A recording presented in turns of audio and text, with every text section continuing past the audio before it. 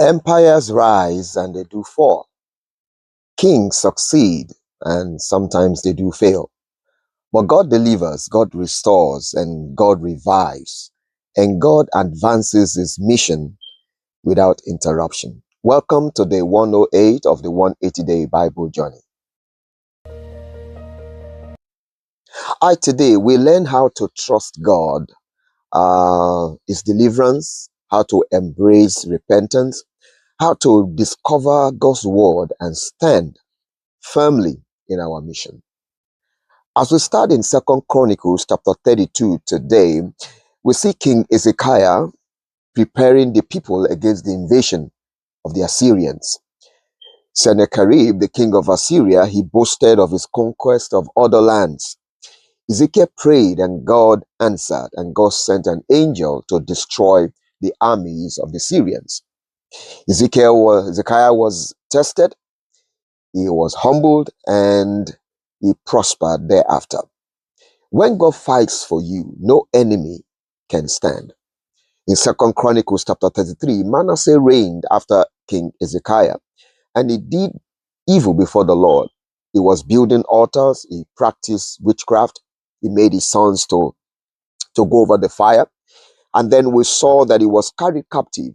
But later on, he repented, and he repaired the Lord's house.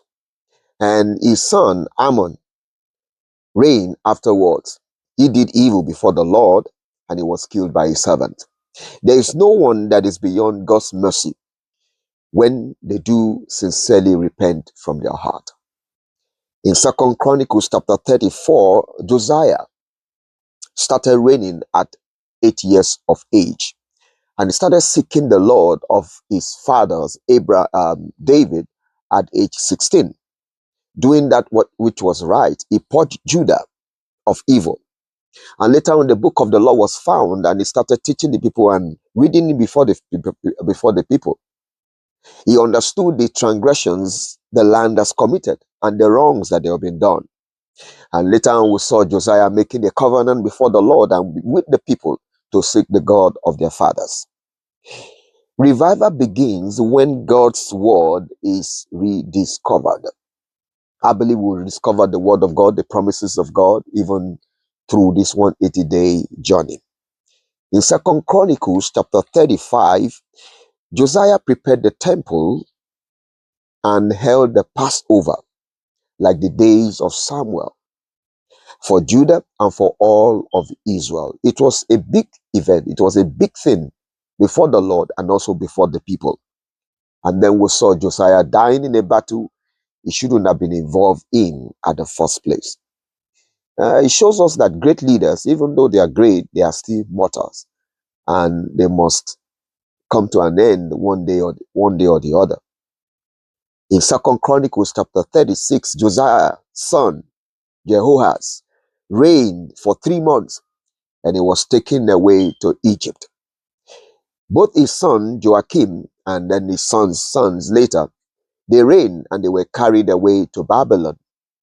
And Zedekiah did evil in Jerusalem. He fell and he burned the Lord's house. Cyrus, the king of Persia, later showed up, and then he made a proclamation to build the Lord's house. We see that persistent rebellion, it leads to judgment eventually. And God's always reserve a remnant. When you think everything is all over, God still always has a remnant that will serve him, that will obey him, and they will do his will. In the book of Psalms 108, the psalmist says, let him be exalted above the heavens, and let his glory be above the earth. That God's mercy is great. God is the only one who can truly help any one of us. Vain is the help of man. Human strength, for what it is, sometimes do fail. But God's strength, God's wisdom, God's ability, it never does.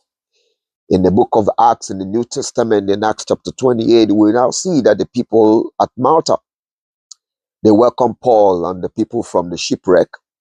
And then later on, the people thought Paul was a god after a snake wrapped his hand around his arm, and then he did not die. But Paul cast the snake into the fire. And then we saw Paul ministering healing to the people of the land. Later, eventually, they got to Rome, and Paul ministered to the people and to the Jews. The Jews, as usual, some of them did dispute what some of the things Paul was sharing. And Paul read the book of Isaiah to them, that God has already spoken about them, that hearing they will not hear, and seeing they will not see, because the Lord has hardened their heart towards what he's doing. And then we see Paul ministering to the people for a whole 2 years in his house. God's mission, irrespective of our circumstances and situations, does continue, and he will fulfill his purpose.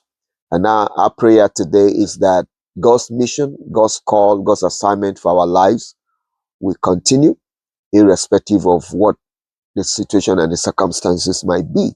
And God's name will be glorified in Jesus' name. And we come to our memory verse today in Psalm 108, verse 12. It says, "Give us help from trouble, for the help of man is useless." God will help us where we need help. God will strengthen us where we need strength. God will give us wisdom where we need it. And God will lighten our path where darkness and confusions prevail. In Jesus' name. I appreciate you for joining me today, and I look forward to seeing you tomorrow. And until then, God bless you and have a good weekend.